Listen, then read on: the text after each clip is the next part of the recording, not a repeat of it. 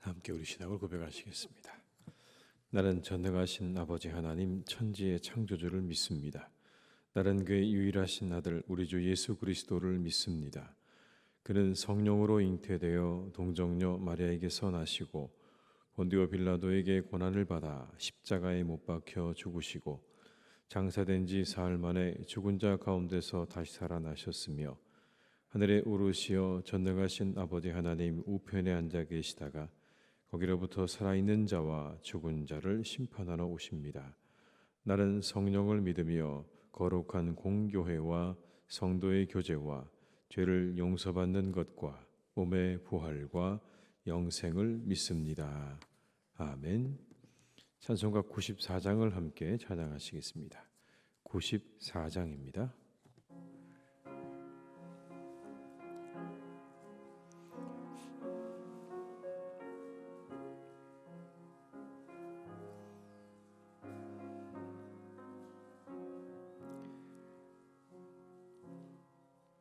주 예수보다도 귀한 것은 없네. 이 세상 부귀와 바꿀 수 없네. 영 죽은 내 대신 돌아가신 그 놀라운 사랑 잊지 못해. 세상 즐거움 다 버리고 세상 자랑 다 버렸네. 주 예수보다도 귀한 것은 없네. 예수밖에는 없네. 주 예수보다도 귀한 것은 없네. 이 세상 명예와 바꿀 수 없네. 이전에 즐기던 세상 일도 주 사랑하는 마음 뺏지 못해. 세상 즐거움 다 버리고 세상 자랑 다 버렸네. 주 예수보다도 귀한 것은 없네. 예수밖에는 없네.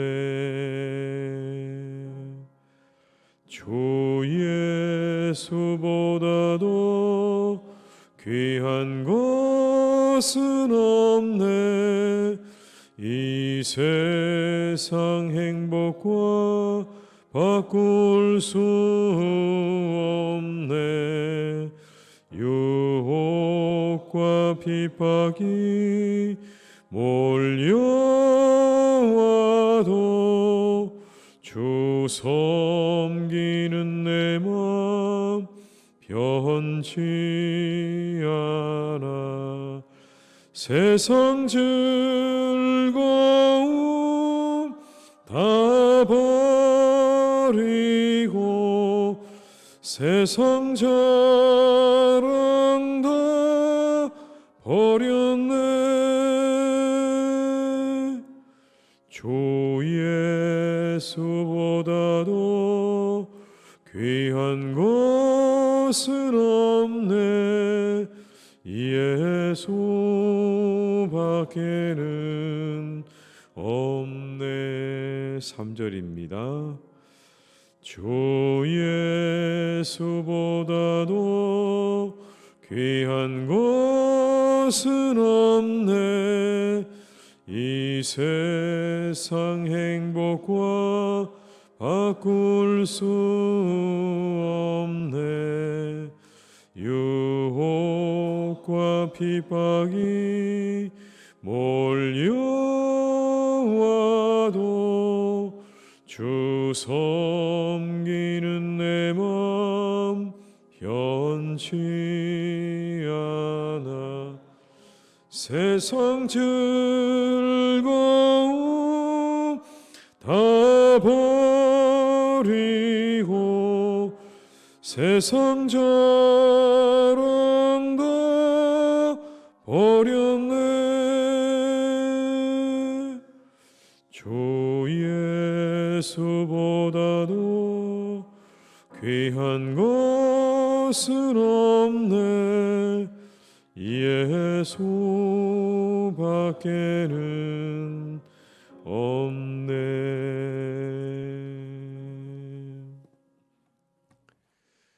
예레미야 23장 1절에서 8절의 말씀입니다.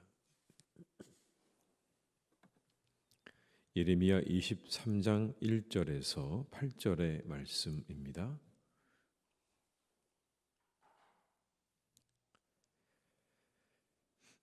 예레미야 23장 1절에서 8절의 말씀을 함께 봉독하시겠습니다. 여호와의 말씀이니라. 내 목장의 양떼를 멸하며 흩어지게 하는 목자에게 화 있으리라. 그러므로 이스라엘의 하나님 여호와께서 내 백성을 기르는 목자에게 이와 같이 말씀하시니라. 너희가 내 양떼를 흩으며 그것을 몰아내고 돌보지 아니하였도다. 보라, 내가 너희의 악행 때문에 너희에게 보응하리라. 여호와의 말씀이니라. 내가 내 양떼에 남은 것을 다 몰려갔던 모든 지방에서 모아 다시 그 우리로 돌아오게 하리니 그들의 생육이 번성할 것이며 내가 그들을 기르는 목자들을 그들 위에 세우리니 그들이 다시는 두려워하거나 놀라거나 잃어버리지 아니하리라. 여호와의 말씀이니라. 여호와의 말씀이니라. 보라, 때가 이르리니 내가 다윗에게 한 의로운 가지를 일으킬 것이라. 그가 왕이 되어 지혜롭게 다스리며 세상에서 정의와 공의를 행할 것이며 그의 나라 유다는 구원을 받겠고 이스라엘은 평안히 살 것이며 그의 이름은 여호와 우리의 공이라 일컬음을 받으리라. 그러므로 여호와의 말씀이니라. 보라, 날이 이르리니 그들이 다시는 이스라엘 자손을 애굽 땅에서 인도하여 내신 여호와의 사심으로 맹세하지 아니하고 이스라엘 집 자손을 북쪽 땅 그 모든 쫓겨났던 나라에서 인도하여 내신 여호와의 사심으로 맹세할 것이며 그들이 자기 땅에 살리라 하시니라. 아멘. 하나님의 심판의 목적은 회복에 있습니다. 하나님께서 심판을 하시는 가장 중요한 목적은 회복입니다. 멸망이나 아니면 완전히 망하는 게 아니라 다시 회복시키시기 위한 뜻이 그 안에 있는 겁니다. 오늘 본문의 말씀에 보면 양떼를 흩어지게 하고 그리고 양떼를 돌보지 않는 목자들을 하나님께서 그들을 향해서 화를 선포하시는 장면이 나옵니다. 1절에 이렇게 말씀하죠. 여호와의 말씀이니라. 내 목장의 양떼를 멸하며 흩어지게 하는 목자에게 화 있으리라. 목자는 목자인데 양떼를 멸하고 흩어지게 하는 목자에게 화가 있을 거다 라고 그렇게 말씀을 하십니다. 그들의 악행에 대한 보응을 이어서 이렇게 말씀하십니다. 2절의 말씀을 함께 읽겠습니다. 그러므로 이스라엘의 하나님 여호와께서 내 백성을 기르는 목자에게 이와 같이 말씀하시니라. 너희가 내 양떼를 흩으며 그것을 몰아내고 돌보지 아니하였도다. 보라, 내가 너희의 악행 때문에 너희에게 보응하리라. 여호와의 말씀이니라. 하나님께서 그들을 향한 보응을 말씀합니다. 양떼를 흩고 그리고 돌보지 않는 그들을 오히려 멸했던 그 목자들을 향한 하나님의 보응의 말씀입니다. 그런데 그것으로 끝이 아닙니다. 그렇게 잘못한 너희들은 벌을 받을 거다라고 말하지만 이어서 이어지는 말씀을 보게 되면 다른 목자를 세우겠다라고 말씀하십니다. 새로운 목자들입니다. 그 목자는 이전의 목자와 같지 않습니다. 양떼를 돌보고 그들을 다시 세우는 그런 목자인 거죠. 하나님이 그들을 세우겠다라고 약속해 주고 계시는 말씀이 3절과 4절에 이렇게 나와 있습니다. 내가 내 양떼에 남은 것을 그 몰려갔던 모든 지방에서 모아 다시 그 우리로 돌아오게 하리니 그들의 생육이 번성할 것이며 내가 그들을 기르는 목자들을 그들 위에 세우리니 그들이 다시는 두려워하거나 놀라거나 잃어버리지 아니하리라. 여호와의 말씀이니라. 그래서 그렇게 흩어졌던 그 양떼들을 다시 하나님이 불러 모으실 때 그들을 위해서 새로운 목자를 주시겠다고 약속하고 있습니다. 그들을 기르는 목자라고 말씀하는 거죠. 하나님의 심판의 이후에 새로운 시대가 도래할 것을 말씀하는 겁니다. 이전에 그들에게 그들을 패하고 그들을 흩트는 그런 목자들이 있었다면 심판 이후에는 새로운 목자들, 그들을 돌보는 그런 목자가 하나님께서 허락하실 것이다 라는 그런 말씀이죠. 완전히 새로운 시대를 이야기합니다. 또 이어지는 말씀에는 이렇게 말씀합니다. 심판 이전에 너희들은 애굽에서 인도해 내신 하나님의 살아계심을 맹세하면서 이야기했다면 다시 너희가 이 바벨론 땅에서 고국으로 돌아온 이후에는 그렇게 바벨론에서 너희를 이곳으로 이끌어 내신 다시 돌아오게 하신 하나님의 그 살아계심으로 맹세하게 될 것이다 라고 또한 그렇게 이야기를 하고 있는 장면을 우리가 보게 됩니다. 7절과 8절의 말씀을 한번 같이 읽어보시겠습니다. 그러므로 여호와의 말씀이니라. 보라, 날이 이르리니 그들이 다시는 이스라엘 자손을 애굽 땅에서 인도하여 내신 여호와의 사심으로 맹세하지 아니하고 이스라엘 집 자손을 북쪽 땅 그 모든 쫓겨났던 나라에서 인도하여 내신 여호와의 사심으로 맹세할 것이며 그들이 자기 땅에 살리라 하시니라. 아멘. 새로운 하나님을 향한 마음입니다. 심판 이전에는 그들이 출애굽하게 하신 하나님의 이름으로 맹세했다면 다시 돌아오고 난 이후에는 바벨론에서 그들을 돌이키신 하나님의 이름으로 맹세하게 될 것이다. 여러분, 새로운 시대를 이야기하고 있습니다. 그러나 새로운 시대가 도래했지만 한 가지는 변함이 없어 보입니다. 구원하시는 하나님, 이스라엘을 구원하시는 하나님, 애굽에서 구원하시고 바벨론으로부터 구원하시는 하나님이라는 이것은 변함이 없습니다. 그 구원하시는 하나님이라는 그 놀라운 은혜 안에서 새로운 시대를 맞이한 겁니다. 하나님의 심판의 목적은 새로운 시대를 여시기 위함입니다. 심판으로 모든 것들이 다 망하는 게 아니라 새로운 시대를 열어가시기 위해서 그래서 심판을 허락하신 것이다라는 것. 바벨탑 사건으로 사람들은 새로운 시대를 맞이하게 됐죠. 땅으로 다 흩어져 살게 됐습니다. 노아의 홍수로 새로운 시대를 맞이했습니다. 심판이 분명 우리 모두에게 두렵고 떨리는 일인 건 맞습니다. 만약 누군가 심판을 받게 된다면 그들은 두렵고 떨리게 될 것입니다. 그러나 심판은 새로운 시대의 도래라고 하는 또 다른 의미가 있는 겁니다. 새로운 시대가 우리에게 열려질 것이라고 하는 또 다른 의미가 심판 가운데 있는 겁니다. 심판이 우리에게 닥칠 때 우리가 떠올려야 하는 말씀입니다. 새로운 시대가 다가오고 있다는 이 말씀을 우리가 떠올려야 하는 겁니다. 그렇다면 단순히 심판은 우리에게 두려움과 떨림으로 끝나는 것이 아니라 새로운 기대를 품게 하는 사건이 되기도 하는 겁니다. 모든 일은요, 한 면만 있는 게 아니죠. 우리에게 일어나는 모든 일들은 양면이 있습니다. 좋은 것도 있고 그리고 나쁜 것도 있습니다. 어떤 일에도 그래 보입니다. 100% 좋은 일, 100% 나쁜 일은 없는 것 같습니다. 그 안에 항상 두 가지가 공존하죠. 그런데 우리는 지나치게 나쁜 것에 몰입되는 경향이 있습니다. 당장 우리에게 어떤 피해를 주는 그 일들 때문에 우리는 우리에게 일어나는 일들의 부정적인 측면을 더 많이 부각시키기도 하고 거기에 더 우리가 집중하는 경향이 있지만, 그러나 오늘 이 말씀을 보게 되면 우리는 어떤 부정적인 일 앞에서도 어떤 부정적인 사건 앞에서도 기대를 품을 수 있다는 것을 오늘의 본문은 우리에게 말씀해 주십니다. 이 일을 통해 우리에게 어떤 일이 일어날까라고 하는 겁니다. 때로 그것이 심판과 같은 두렵고 떨리는 일일 수도 있지만 그 일 뒤에 있는 긍정적인 측면이 반드시 있다는 걸 우리가 기억한다면 반드시 그 일들이 우리에게 부정적인 일로만, 그런 낙심과 불안으로만 끝나지는 않게 될 것이라는 거죠. 오늘의 말씀이 우리에게 한 가지를 말씀합니다. 지나친 낙심이 우리를 지배하지 못하게 하라는 것. 지나친 낙심과 좌절과 실망이 우리를 지배하지 못하게 하라. 그것들이 우리를 짓밟아서 일어나지 못하도록 하지 않도록 그렇게 오늘도 믿음으로 선포하며 나아가라고 우리에게 말씀하십니다. 하나님이 좋은 일을 계획하고 계신다. 하나님께서 그 더 나은 미래를 준비하고 계신다. 심판의 때를 지나면 새로운 날이 우리에게 올 것이다. 새로운 미래가 우리에게 올 것이라고 하는 그 기대를 오늘의 말씀은 우리에게 가지게 합니다. 당장 여러분 그들에게 닥친 심판은 괴로움이었을 겁니다. 땅이 황폐해지고 모든 것들이 다 사라지고 사람들은 끌려가고 그 상황이 여러분 얼마나 절망적입니까?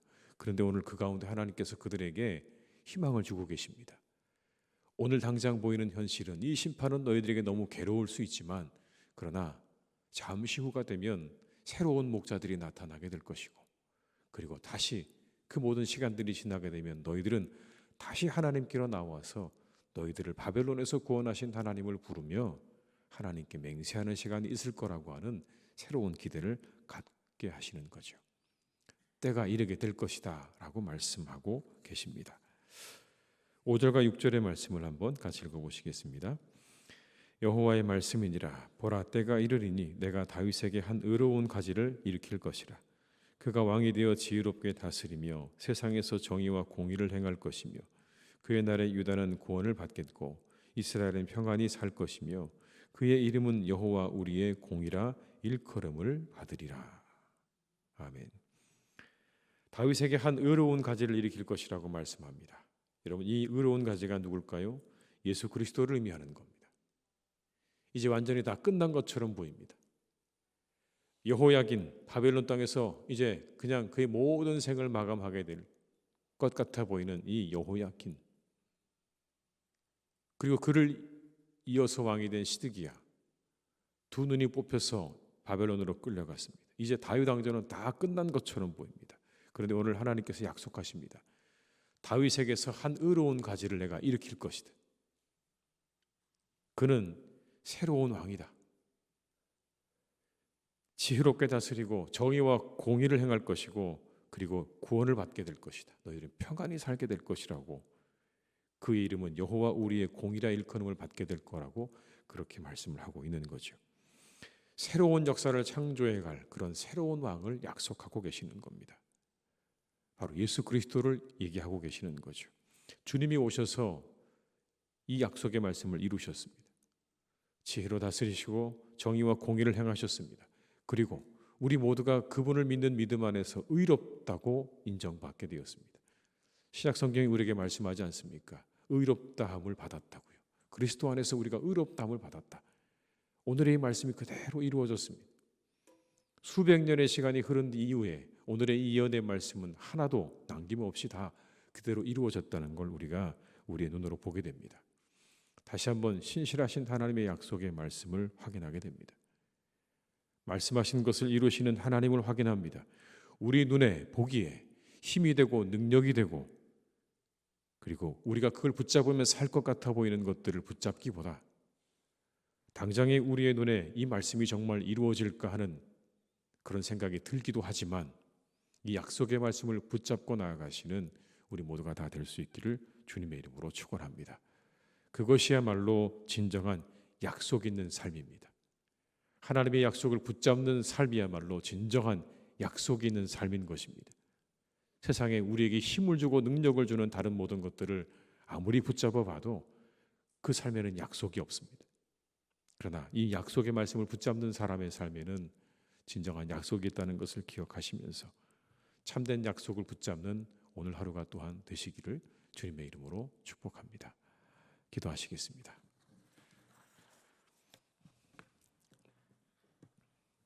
아버지 하나님, 심판은 참으로 두려운 일입니다.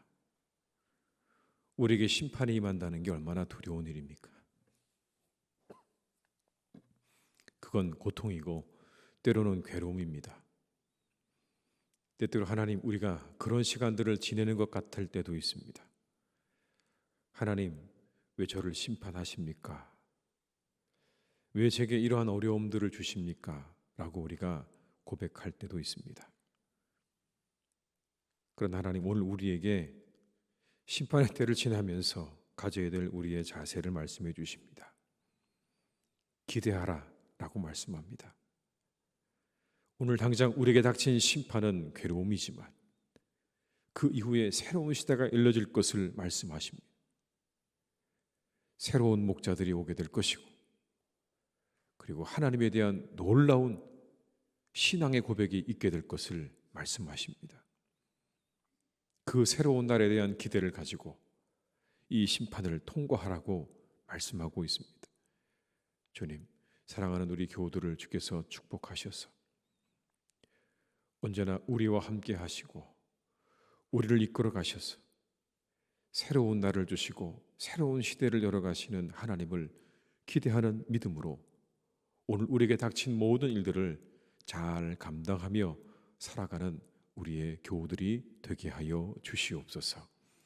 하나님, 반드시 우리에게는 새로운 날이 오게 될 줄 믿습니다. 새로운 시대가 오게 될 줄 믿습니다. 때로 하나님, 우리가 어두운 터널을 지나는 것 같은 시간들을 지나지만 그 뒤에 하나님이 이스라엘을 다시 이스라엘 땅으로 돌리시고 그 땅에서 의로운 가지를 일으키셨던 것처럼 우리에게도 하나님 그와 같은 은혜와 축복을 허락하실 줄로 믿사오니 우리의 삶 가운데 하나님 어려운 시간들을 지날 때 오늘의 약속의 말씀을 기억하며 새로운 시대를 열어가실 하나님을 기대하며 너무 낙심하지 않게 하시고 좌절하지 않게 하시고 쓰러져 있지 않도록 주님 일으켜 주시옵소서. 하나님이 주시는 이 기대와 소망을 가지고 희망을 가지고 다시 일어나 앞으로 나아갈 수 있기를 간절히 원합니다. 오늘은 힘들고 어렵지만 이 시간이 지나고 나면 우리에게 분명 새로운 시대가 열려지게 될 줄로 믿사오니 그날을 바라보며 우리가 힘차게 앞으로 나아가는 주의 백성들이 되게 해 주시옵소서. 아버지 하나님, 우리 사랑하는 교우들을 기억해 주시기 원합니다. 아버지 하나님께서 늘 함께 하셔서 하나님의 말씀을 꼭 붙잡고 살아갈 수 있기를 간절히 기도합니다. 하나님, 우리의 눈에 보이는 것이 너무나 많은 시대입니다. 우리의 눈에 보기에 정말 우리를 힘있게 하고 능력 있게 하고 우리를 붙잡아주고 빛나게 하는 것들이 참으로 많아 보이는 세상입니다. 하나님, 그러나 이 때를 살아가는 우리 모두에게 더욱 귀중한 한 가지, 영원한 약속이 있는 이 약속의 말씀을 우리가 꼭 붙잡을 수 있는 믿음을 우리에게 허락해 주시옵소서.